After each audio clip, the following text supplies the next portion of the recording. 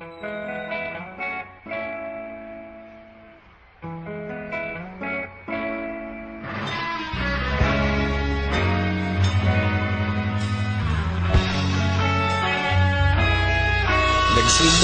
ang lahat sa eskwela, nagsama-samang 12 sa kalokohan at sa tuksuhan, hindi maawat sa isa't isa. Madalas ang standby sa cafeteria, isang barkada na kaisaya, laging may hawak-hawak na gitara, konting udyok lamang kakanta na. Kay simple lamang ng buhay noon, walang mabibigat na suliranin, problema lamang laging kulang ang datong. Sana napunta ang panahon? Sana nga ba? Sana nga ba? Sana napunta ang panahon? Sana nga ba? Sana nga ba?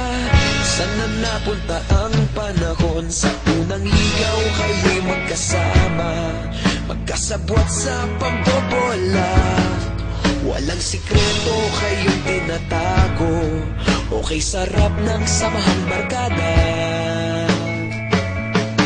Nagkawatakan na sa kolehiyo, kanya-kanya na ang nilakaran, kahit minsan na lang kung magkita, pagkakaibigay hindi nawala.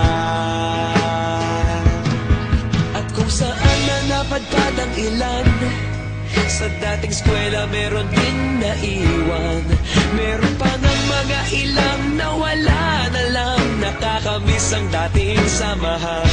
Sana nga ba? Sana nga ba? Sana nga bang barkada ngayon? Sana nga ba? Sana nga ba? Sana nga bang barkada ngayon?